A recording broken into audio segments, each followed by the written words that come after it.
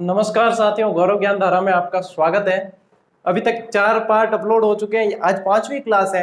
सभी विद्यार्थियों का स्वागत है। अब साथियों, आज का जो अपना पार्ट है वो बहुत इंपॉर्टेंट है और यहाँ से प्रश्न लगभग जहाँ भी जो भी एग्जाम आप देखोगे, यहाँ तक कि आरएस भी देखोगे तो यहाँ से प्रश्न बनते ही बनते हैं। इसलिए बहुत महत्वपूर्ण क्लास है आज की आपके लिए। आज की जो क्लास है वो है साथियों राजस्थान की भौतिक और ऐतिहासिक शब्दावली। और शब्दावली से प्रश्न बनते ही है, चाहे आप जेल प्रहरी दे रहे हो, चाहे आरएस दे रहे हो, सेकंड ग्रेड फर्स्ट ग्रेड जो भी दे रहे हो, इनमें से प्रश्न काफी बनते हैं। तो ये महत्वपूर्ण क्लास है। अब साथियों ऐसा है कि नियमितता जो है, जो विद्यार्थी बनाकर रखे हुए हैं, उन्हें इसका परिणाम 3-4 महीने बाद और जब एग्जाम होगा तब देखने को मिलेगा कि वास्तव में इसका क्या परिणाम है। जो मैंने बात कही थी वह सत्य होती है कि अपने जो फर्स्ट क्लास थी उसमें मुझे पता था कि स्टार्ट में क्या होता है, विद्यार्थियों मूस चिड़ियोड़ा हुआ मारवाड़ी में क्या है जो, तो बहुत इंटरेस्ट लेते हैं। उसके बाद में क्या होता है, मैं हकीकत बता रहा हूँ, उसके बाद ये होता है कि धीरे धीरे अब पता है गुरुजी तो रोज क्लास डालेंगे, तो ऐसा मन में भाव आते हैं कि कल की 2 क्लास साथ में देख लेंगे, परसों की 2 और साथ में देख लेंगे, ऐसे देख लेंगे। अभी विज्ञप्ति थोड़ी है, आराम से देख लेंगे, बना देंगे नोट्स, आधे आधे घंटे की तो क्लास डालते हैं गुरुजी, बना देंगे आराम से। तो ऐसे करते करते क्या होगा, हकीकत बता रहा हूं, ऐसे करते करते 2, 4, 5, 7 इतनी क्लासें इकट्ठी हो जाएगी। फिर वो विज्ञप्ति का जो इंतजार कर रहे हैं ना, वो सिलेक्शन से बहुत दूर होते जाते हैं। फिर लास्ट में जब फिर यो कहते हैं गुरुजी हमने मेहनत तो खूब की थी लेकिन हमारे परिणाम अनुकूल नहीं हुए, हमारे प्रश्न काफी गलत हो गए, जबकि हमने भी पढ़े थे। आपने पढ़े कब थे, आपकी नियमितता कब से थी, वो चीज मैटर करती है।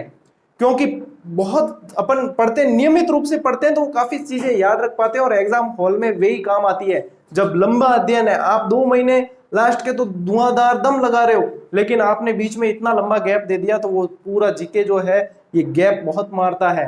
इसीलिए मैं कहता हूं कि चाहे आप क्लास देखो या नहीं देखो, लेकिन अध्ययन नियमित करना, और नियमितता यदि बना के रखोगे तो सफल हो जाओगे। और नियमितता जैसे जैसे टूटेगी, क्रम उसका टूटेगा, तो वहां आप जो थोड़े थोड़े दूर होते चले जाओगे। इसीलिए कहता हूं नियमितता रखें, रोज की एक क्लास मतलब देखते भी हो, नोट्स बना लो और उसे पढ़ो, याद करो वापस, और फिर बाद में थोड़े थोड़े समय से उसे रिवाइज करते रहना। तो नियमितता रखेंगे तो आप बहुत लक्ष्य के निश्चित नजदीक पहुंच जाओगे। और विज्ञप्ति का इंतजार करोगे तो आजकल विज्ञप्ति के कई बार 2-3 महीने बाद ही एग्जाम करवा देते हैं, कई बार 7-8 महीने बाद करवाते हैं। तो ये तो सरकार के ऊपर और आयोग के ऊपर है। तो कभी भी एग्जाम का इंतजार और विज्ञप्ति का इंतजार नहीं करना चाहिए। जो जिन्होंने संघर्ष को चुना है, तुरंत लग गए हैं, उनके लिए बहुत अच्छी बात है। और जिन्होंने आराम को चुना है तो करो आराम, और आराम से लगना, फिर कोई दिक्कत नहीं है, क्योंकि वैसे भी रेस तो शुरू हो चुकी है और भागने वाले बहुत है। तो साथियों आज की क्लास शुरू करने से पहले कल का एक संशोधन है। कल जो गुजरात की बॉर्डर बताई थी मैंने, उसमें उसमें आपको बताना ये था कि प्रतापगढ़ का विशेष ध्यान रखें कि ये इससे सीमा नहीं बनाता है, और प्रतापगढ़ मैंने आपको सीमा बनाने में बता दिया था। और उसमें ट्रिक में भी आप थोड़ा सा संशोधन कर देना। वह ट्रिक आप ऐसे लिखें, बाबा उदा उदा सीधा, बाबा उदा सीधा डूंगर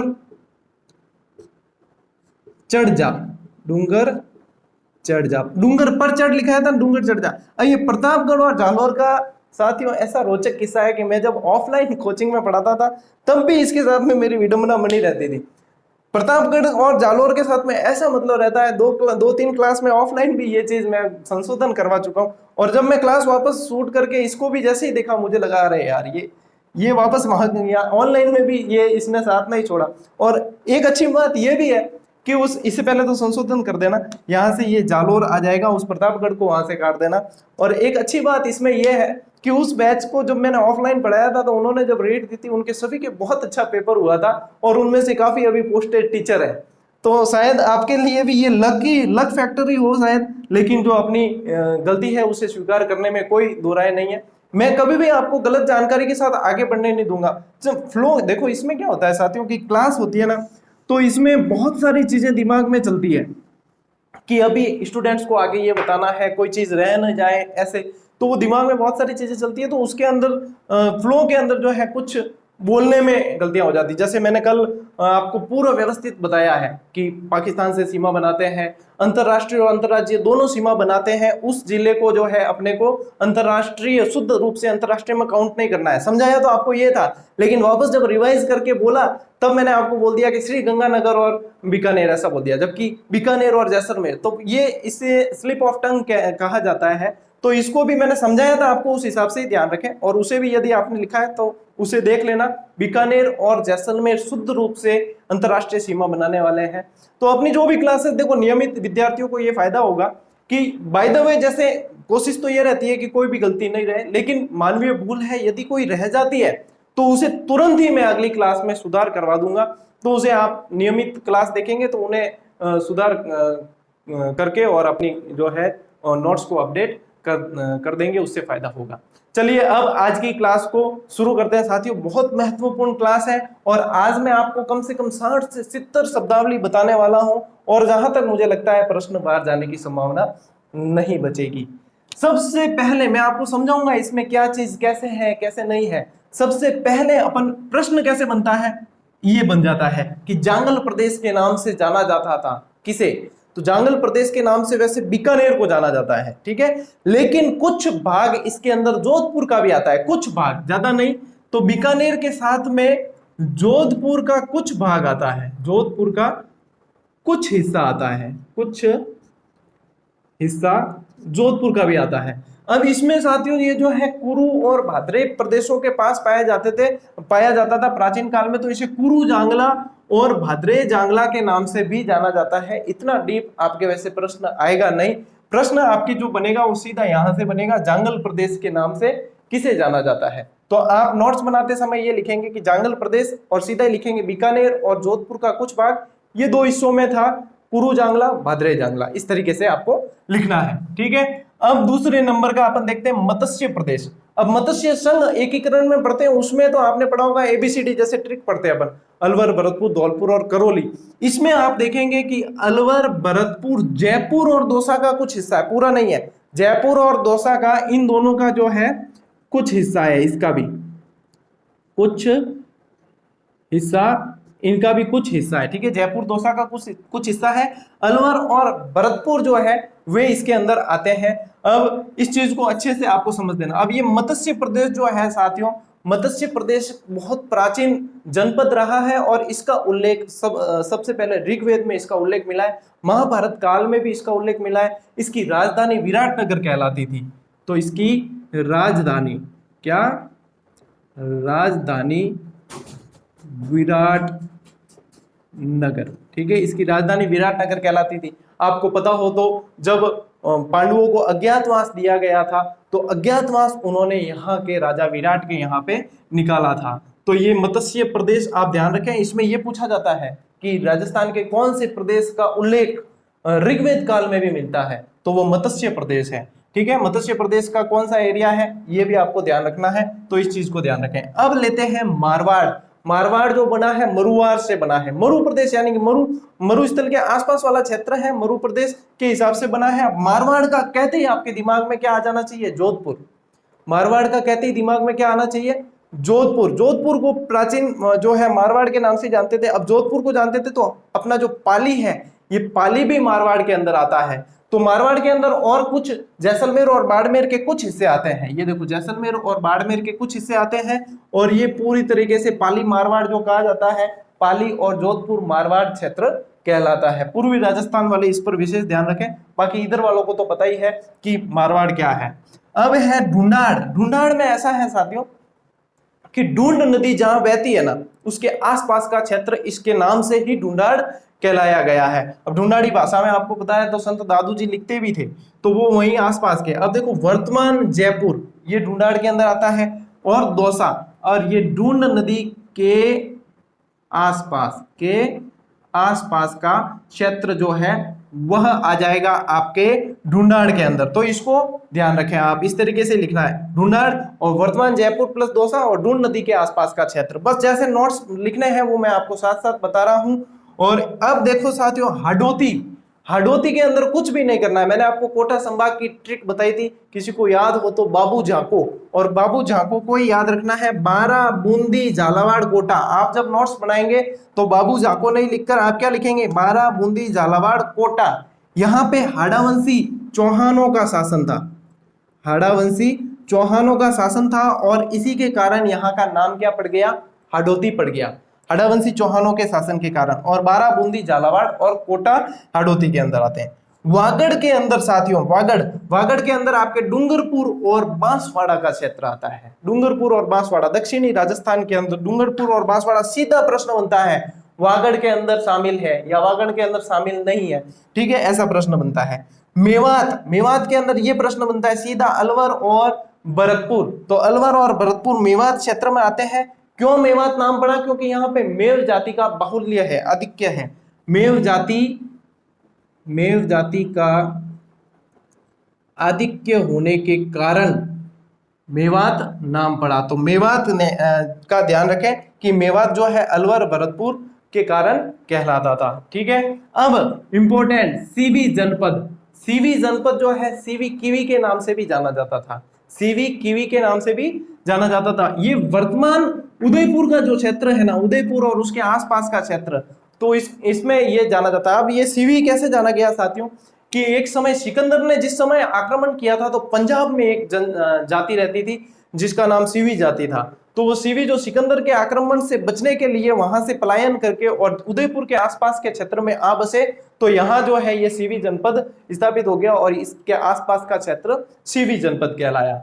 अब इसको ये समझ गए हो आप। अब मेवाड़ सभी को पता है, सबसे प्राचीन राजवंश मेवाड़ कौन सा क्षेत्र है ये सभी को पता है। तो सबसे पहले तो स्थान ध्यान रखें, उदयपुर, राजसमंद, चित्तौड़, प्रतापगढ़ और भीलवाड़ा। अब भीलवाड़ा ऐसे देखो तो अभी वर्तमान में जो है अजमेर संभाग के अंदर है। अपन ने ट्रिक बताई थी अभिना टोक, ठीक है, अजमेर संभाग के अंदर है। लेकिन ये भीलवाड़ा जो है मेवाड़ का ही क्षेत्र था। चित्तौड़, प्रतापगढ़, भीलवाड़ा ये सारे के सारे मेवाड़ के अंदर ही आते थे। यहाँ पे मेद जाति की बाहुल्य के कारण मेद पाट भी कहलाया और इसे प्रागवाट भी कहा जाता है। तो प्रश्न प्रागवाट, मेदवाट, मेवाड़ किसी से भी बन सकता है। ज्यादातर प्रश्न बनता है मेदवाट और प्रागवाट से बनता है, तो इसको ध्यान रखें आप। अब ये जो है साथियों भोमट जो है डूंगरपुर और उदयपुर वाला क्षेत्र है। अब इसमें आप समझना इसका ये होता है साथियों कि भोम जो शब्द होता है ना, भोम, इसका मतलब होता है पहाड़ी ढाल। और अट जो होता है, अट यानी अटा हुआ, कहते हैं ना अटा हुआ, इससे अटा हुआ है पूरा, यानी आच्छादित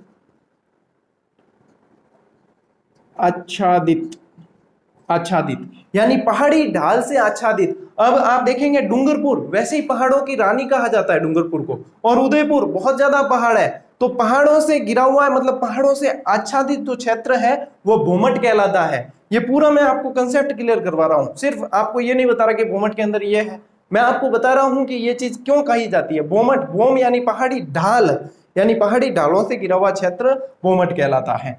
कांठा कहा जाता है, किसी नदी का किनारा जो होता है वो कांठा कहलाता है।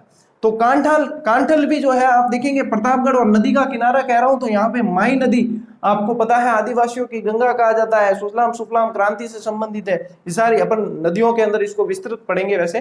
तो माही नदी के आसपास का दोनों किनारों का जो क्षेत्र है प्रतापगढ़ के अंदर वह कांठल कहलाता है। और कांठा, ये अल का मतलब भी आच्छादित होता है यानी कि उससे घिरा हुआ, और कांठा यानी किनारा, तो कांठल इस वजह से प्रतापगढ़ को कहा जाता है। माही नदी का विशेष ध्यान में रखें।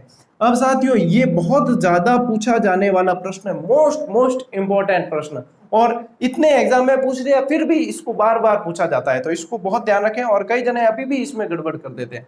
तो साथियों सबसे पहले तो ये जो माल शब्द आता है ना, ये अब अगला जो अपना टॉपिक है उसके अंदर यही है, अपन यही पढ़ेंगे, भौतिक प्रदेश पढ़ेंगे, अरावली पठार सब, उसके अंदर मैं सारी शब्दावली बताऊंगा वापस।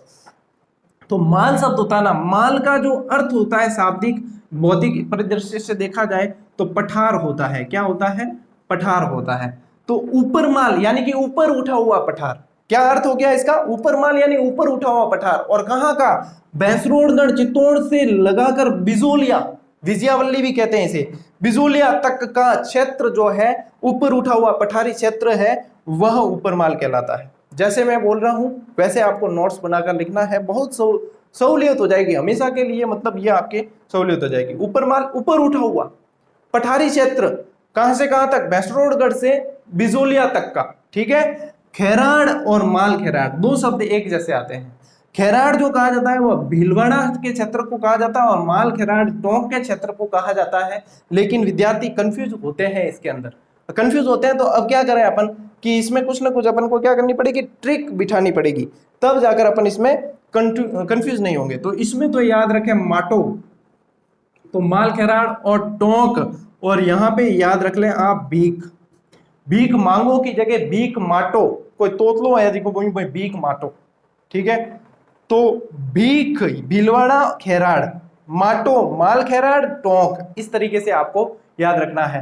तो ये बता दिया मैंने आपको 13। अगली स्लाइड में वापस बता रहा हूं, इसका स्क्रीनशॉट ले लो व्यवस्थित तरीके से और इसको नोट व्यवस्थित तरीके से कहना। एक एक चीज पर मैंने बिल्कुल अच्छी तरीके से बताने की कोशिश की है और नियमितता बनाकर रखना। हर क्लास का हर एक मिनट इंपॉर्टेंट है, उसी आधार पर मैंने क्लासेस शुरू की है और नियमितता जितने विद्यार्थी रखेंगे उतना ही पढ़ाने का मजा भी आएगा और आपको सबसे ज्यादा फायदा होने वाला है। जो ये कह रहे थे विद्यार्थी सर आप साइकोलॉजी पढ़ाएंगे क्या, फर्स्ट पेपर का है तो फर्स्ट पेपर पूरा पढ़ाऊंगा, जितनी मेरी कोशिश है पूरा समर्पण से पढ़ाऊंगा, साइकोलॉजी भी पढ़ाऊंगा। रीड के अंदर पढ़ाई थी, देख लेना वो क्लासेस कि किस तरीके से पढ़ाते हैं। आपको यदि लगे कि सर क्या पता कैसी साइकोलॉजी पढ़ाते होंगे तो रीड के अंदर कुछ क्लासेस साइकोलॉजी की डाली हुई है, उसमें आप जाकर देख लें एक बार कि साइकोलॉजी कैसी पढ़ाते हैं, समझ में आ जाएगा। एक बार पहले जीके कवर करेंगे अपन, स्टेप बाय स्टेप चलेंगे। कुछ विद्यार्थी ये कमेंट कर रहे थे आज कि सर भारी टॉपिक पहले पढ़ा दो, कठिन। ये कठिन ही है, जहां से अपन ने स्टार्ट किया है ना, स्टार्ट की ये सबसे कठिन टॉपिक है और कठिन पहले पढ़ा दो और वो बाद में पढ़ा दो, फिर वापस वही हो जाएगा, फिर वो उसका कोई क्रम नहीं रहेगा। फिर मैं कहीं से भी टॉपिक डाल दूंगा, आप फिर जो है आप ही कमेंट करेंगे सर आप सिलेबस के अनुसार चलो, क्रम से चलो। तो जैसे चल रही है मैं पूरे थंबनेल पर एक एक नंबर लगा रहा हूं, उस क्रम के अनुसार देखते जाएं, नोट्स बनाते जाएं, मेरे ऊपर छोड़ दो कैसे पढ़ाना है कैसे नहीं पढ़ाना। आपको यदि लगता है कि ये पहले पढ़ना चाहिए या वो पहले पढ़ना चाहिए तो आपके पास में जो भी गाइड है या बुक है उससे वो टॉपिक पढ़ सकते हैं। ये तो क्लास अपने आधे पौने घंटे की क्लास है और उसके बाद नोट्स बनाने हैं, इसके साथ में आपको सेकंड पेपर भी तो तैयार करना है, दूसरी यही चीज वापस पढ़नी भी तो है, तो उसमें पढ़ लो आप। अपना जो क्रम है उसे इसी ऐसे ही चलने दो, इसके अंदर कोई छेड़छाड़ बदलाव नहीं की जाए तो सही रहेगी। व्यवस्थित नोट्स बन जाएंगे, एक बार ही बनाने हैं जिंदगी में नोट्स, बार बार यही काम थोड़ी करना है कि आप इसी चीज के नोट्स बार बार बनाते रहोगे, तो इसे व्यवस्थित चलने दो, स्क्रीनशॉट ले लो। आगे बढ़ते हैं साथियों। कुछ साथी ये कह रहे थे कि सर साथ साथ में प्रैक्टिस करवा दो भैया, अभी अपनी क्लास थोड़ी सी चलने दो। और प्रैक्टिस ऐसा है, सिर्फ प्रैक्टिस ही नहीं, हम प्रैक्टिस भी करवाने के मूड में और रिवीजन पूरा करवाऊंगा, उसके बाद में उसमें प्रैक्टिस भी होगी। क्वेश्चन आंसर जो है बिल्कुल एग्जाम के पैटर्न पर, एग्जाम में कैसे पूछे जाते हैं कूट वाले कैसे, मतलब बिल्कुल ही एग्जाम की प्रैक्टिस करवाने की कोशिश कर रहे हैं हम। इसीलिए मैंने कहा आपको 20-25 टेस्ट पेपर की सीरीज के लिए हमें कम से कम 3 महीने देने पड़ेंगे, क्योंकि सिर्फ कॉपी पेस्ट में हम विश्वास नहीं करते। जैसे प्रश्न बनते हैं, प्रश्नों की प्रकृति और पूरा आपको पता है। टेलीग्राम में आपने रीड के समय जो अपन ने कुछ समय के लिए शुरू की थी, तो आपने टेस्ट सीरीज का लेवल और सारा चीज देख रखी थी, वैसे ही उससे भी बढ़िया करने की कुछ प्रयास कर रहे हैं। देखो जो भी करेंगे विद्यार्थी के हित को देखते हुए करेंगे और उसके लिए प्रयासरत हैं, कोशिशें जारी हैं। तो प्रैक्टिस करवा दूंगा, विद्यार्थी हित में की जाएगी। आप सभी को पता है कि जो भी फैसला मैं करूंगा, जो भी लूंगा, मेरे ऊपर छोड़ दो आप जो भी है, तो बढ़िया से प्रैक्टिस करवाऊंगा, उसकी चिंता मत करो। तो 3 महीने लगभग जो है, और एसएसटी की भी जो है मुख्य पेपर जो है अपना एसएसटी सेकंड, उसकी भी टेस्ट सीरीज के ऊपर काम कर रहे हैं हम, पूरी तरह से समर्पित है। देखो थोड़ा सा विश्वास रखो और जो भी है, ये बात है कि आपकी वो जो प्रैक्टिस हो जाएगी ना, एक बार आप देखोगे कि वास्तव में सर ने जो टेस्ट सीरीज बनाई है वह कितनी कारगर है। तो एक बार हमें कार्य करने दो और प्रैक्टिस तो हमारे ऊपर छोड़ तो करवाएंगे पूरी तरीके से। तो अब साथियों आगे बढ़ते हैं अपन। इसमें यह है कि ये शायद आपको थोड़ा सा यहाँ पे अभी मैं लिख दूंगा वापस। सबसे पहले अपन लेते हैं, ये फीका दिख रहा होगा थोड़ा सा, मेरवाड़ा। मेरवाड़ा जो क्षेत्र है साथियों अजमेर और अजमेर के आसपास का क्षेत्र कहलाता है। आपने अजमेर डिपो की बसें भी देखी होगी तो अजय मेरू लिखा होता है, मेरू माल मरु, ये अलग अलग शब्दावलियां जो है अपने अगले टॉपिक में यही आने वाली है। तो मेर वहीं से देखो अजमेर और मेरवाड़ा, तो मेरवाड़ा अजमेर के आसपास का क्षेत्र है, इसको आपको ध्यान रखना। सीधा प्रश्न बनता है, ज्यादा घुमा के यहाँ से नहीं पूछते। शेखावाटी, शेखावाटी में कई जो नए स्टूडेंट होते हैं वो कंफ्यूज होते हैं, जिन्होंने पहले तैयारी कर रखी है उनको पता है कि चूरू सीकर और झुंझुनू जो है वह शेखावाटी के अंदर अपने पाए जाते हैं। और देश हरो, ये मोस्ट इंपोर्टेंट है, देश हरो, ये बहुत बार पूछा गया प्रश्न, मोस्ट इंपोर्टेंट है। ये है क्या? उदयपुर में रागा और जरगा पर्वत है, उन पर्वतों के बीच में ऐसी जगह है जो हमेशा हरी भरी रहती है, हमेशा हरियाली रहती है। वहां का माहौल ही ऐसा है, मौसम ही ऐसा है, हमेशा हरियाली रहती है। तो देश हरो, वह देश जो हरो है, इसलिए उसका नाम पड़ गया देशहरो। जरगा और रागा पर्वत के बीच सदैव हरा भरा रहने वाला क्षेत्र, ऐसे ही आपको नोट्स में भी लिखना है। ये जो लिखा हुआ है साथियों, शायद आपको ये फीका दिख रहा हो थोड़ा सा, ये गिरवा है। गिरवा का मतलब क्या होता है पहले ये बताता हूं मैं। गिरवा का मतलब होता है गिर हुआ, इसको ये ऐसे समझे आप, गिरा हुआ, ऐसे, ये गिरा हुआ, ये लिखा हुआ है गिरा हुआ। तो ये गिरा हुआ है, किससे गिरा हुआ है? पहाड़ों से गिरा हुआ क्षेत्र। कहाँ का? उदयपुर का। कहाँ का? उदयपुर का पहाड़ों से घिरा हुआ क्षेत्र गिरवा कहलाता है। और गिरवा जो पहाड़ियां हैं वो उदयपुर की जो है पहाड़ियां वो कहलाती है। ठीक है, ये लिखा है साथियों 56 का मैदान, शायद ये भी आपको फीका दिख रहा होगा, इसको भी थोड़ा सा गहरा कर देता हूं। 56 का मैदान जो प्रतापगढ़ और बांसवाड़ा 56 गांवों का समूह कहलाता है। ये भी माई नदी के आसपास का क्षेत्र है। 56 गांवों का समूह प्रतापगढ़ और बांसवाड़ा का, ये यहाँ लिख लेना आप, यहाँ लिख लेता हूं मैं, 56 गांवों का समूह। ठीक है, ये दिख जाएगा आपको, इसको नोट कर लेना। मेवल के और दो नाम हैं, देवलिया भी कहते हैं, मुंडोल भी कहते हैं, ये ध्यान रखना। देवलिया भी कहते हैं, मुंडोल भी कहते हैं। डूंगरपुर बांसवाड़ा का जो पहाड़ी क्षेत्र है वह मेवल कहलाता है। डूंगरपुर और बांसवाड़ा का पहाड़ी क्षेत्र। राठ या अहिरवाट भी कहते हैं, राठ भी कहते हैं और अहिरवाट भी कहते हैं। ये अलवर के आसपास का क्षेत्र है, वो ये कहलाता है। अब राठ और राठी मिलते जुलते नाम आते हैं, इसीलिए मैंने पास में लिखे ताकि आप कंफ्यूज नहीं हो। राठी क्षेत्र जो है 25 सेंटीमीटर वर्षा रेखा वाला भाग है। जब मैं जलवायु पढ़ाऊंगा आपको पूरी बताऊंगा 25 सेंटीमीटर कौन सी है, 40 सेंटीमीटर कौन सी है, 50 सेंटीमीटर कौन सी है, वर्षा रेखाएं कैसे प्रभावित करती है, ये सारी चीजें उसके अंदर समझाऊंगा। अभी आप ये समझ लो कि जैसलमेर बाड़मेर वाला जो कुछ क्षेत्र है वो इसके अंदर आता है, क्योंकि 25 सेंटीमीटर वार्षिक वर्षा यहीं आसपास होती है। तो ये राठी जो क्षेत्र है वह 25 सेंटीमीटर वर्षा रेखा वाला क्षेत्र है। अब आते हैं अपन सपाड़ जो है साथियों सवाई माधोपुर और करौली का एमपी को छूने वाला, सवाई माधोपुर और करौली का जो मध्य प्रदेश की बॉर्डर बनाता है, वो मध्य प्रदेश की बॉर्डर बनाने वाला जो क्षेत्र है वह सपाड़ कहलाता है। क्या कहलाता है? सपाड़ कहलाता है। अनंत गोचर का मतलब क्या होता है? जो गायों के चढ़ने के लायक जो भूमि दिखती है जहाँ, वो गोचर कहलाता है। अनंत गोचर या जहां तक दृष्टि जाए वहां तक वैसा ही दिख रहा है। सांबर से सीकर तक का जो क्षेत्र है, तो सांबर से सीकर आपको पता है बहुत दूरी है, लेकिन सांबर से सीकर तक का क्षेत्र क्या कहलाता है? अनंत गोचर कहलाता है। ध्यान रखें।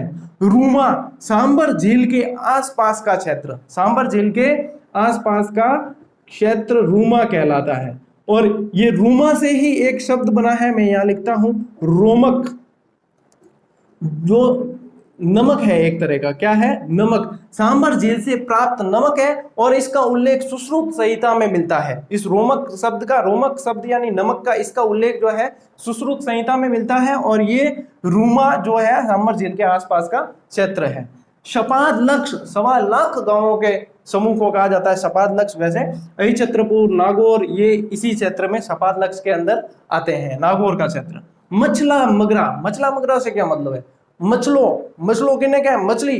क्या? हाँ गुरुजी मछली ने क्या? हाँ मछली के संबंधित है। मछली के आकार की पहाड़ियां जो उदयपुर में पाई जाती है, कैसी है? मछली के आकार की पहाड़ियां क्या कहलाती है? मछला मगरा। ठीक है। गिहलोत को अगर ध्यान से देखोगे और सोचोगे तो गहलोत शब्द जो है वह इसी से बना है। और ये दोनों शब्द जो है वो गुहिल से बने हैं, गुहिल से गिहलोत और गिहलोत से गहलोत बने। तो यानी जहां वर्तमान में उदयपुर जहां बसा हुआ है, वर्तमान में जहां उदयपुर बसा हुआ है वह क्षेत्र गिहलोत कहलाता है। इस बात का ध्यान रखें। बरड़ ये इंपॉर्टेंट है, आने वाले परीक्षाओं में ऐसे शब्द पूछ सकते हैं आपको जो नहीं दिखते हैं। बूंदी का जो पश्चिमी पथरीला क्षेत्र है, बरड़ क्या है? पथरीला क्षेत्र है। कहाँ का? बूंदी का पश्चिमी पथरीला क्षेत्र क्या कहलाता है? बरड़ कहलाता है। उत्तमाद्रि बिजोलिया के आसपास का क्षेत्र उत्तमाद्रि कहलाता है। बिजोलिया से बहुत प्रश्न बनते हैं, बिजोलिया बहुत इंपॉर्टेंट है। किसान आंदोलन में भी बनेंगे, इनमें भी बनते हैं, इतिहास में भी बनेंगे, बहुत प्रश्न बनते हैं।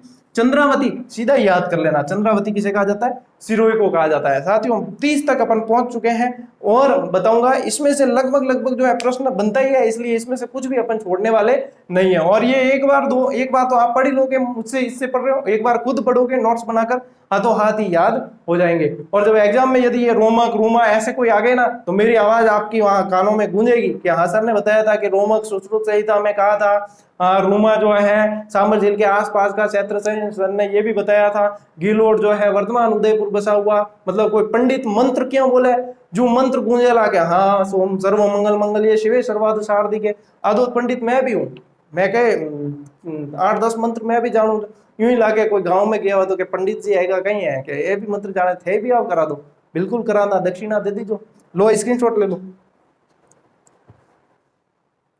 पूरा बोर्ड भर दिया है साथियों। और अब ये सारे इंपॉर्टेंट है इनके, और इन्हें याद करने में ज्यादा समय आपको लगने वाला नहीं है। चलो फटाफट शुरू करते हैं अपन। तोरावाटी जो है कांतली नदी के आसपास का क्षेत्र तोरावाटी कहलाता है। ये जो भी अपन पढ़ रहे हैं ये सब अपन जब भाषाएं पढ़ेंगे संस्कृति के अंदर और बोलियां पढ़ेंगे उसमें बहुत काम में आने वाली है, तोरावाटी बोली भी है।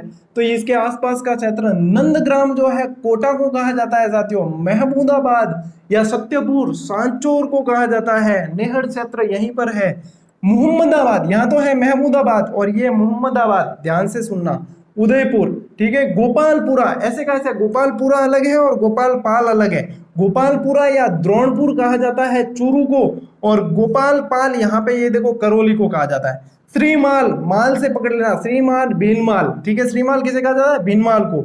अहिचक्रपुर नागौर को कहा जाता है, गोपालपाल बता दिया।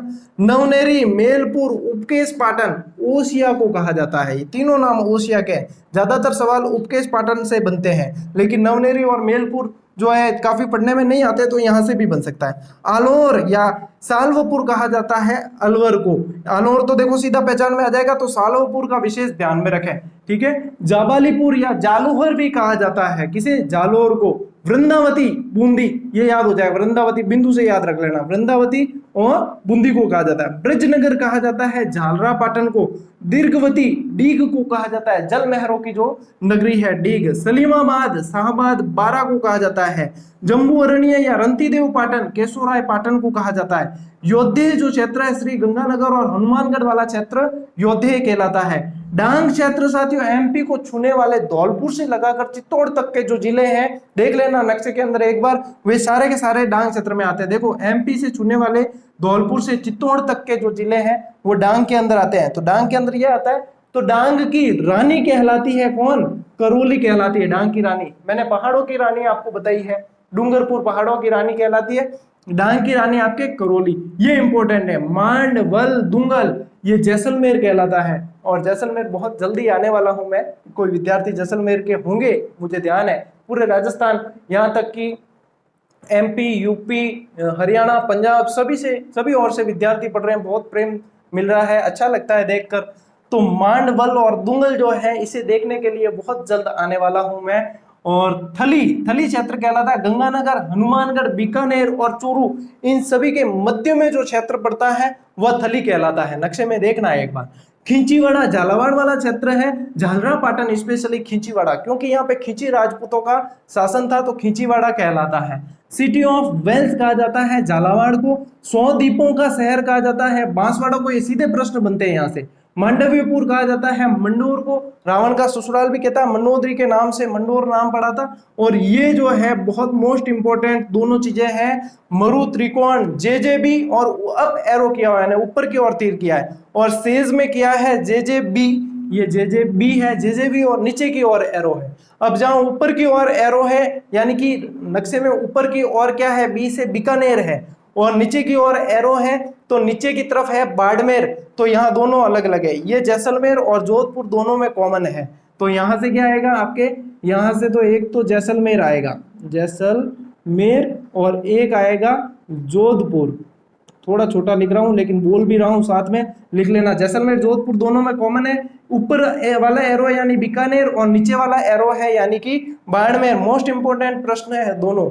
वैसे तो आज की क्लास पूरी ही मोस्ट इंपोर्टेंट है, और क्योंकि यहाँ से बहुत सारे प्रश्न बनते हैं, और वैसे अपनी सारी क्लास इंपॉर्टेंट है, हर एक मिनट क्लास का इंपॉर्टेंट है, इसलिए मैंने कहा है कि नियमितता बनाकर रखें। और जो नियमित विद्यार्थी है उन्हें कितना फायदा पहुंचेगा ये 4-5 महीने बाद और मुख्यतया पता चलेगा जब एग्जाम होंगे और एग्जाम हॉल में आप बैठेंगे, तब आपको पता चलेगा कि वास्तव में नियमितता का क्या फर्क पड़ता है। मैंने जब रीट दी थी 2016 में, तो 1 जनवरी 2015 से नियमित रूप से अध्ययन शुरू किया था।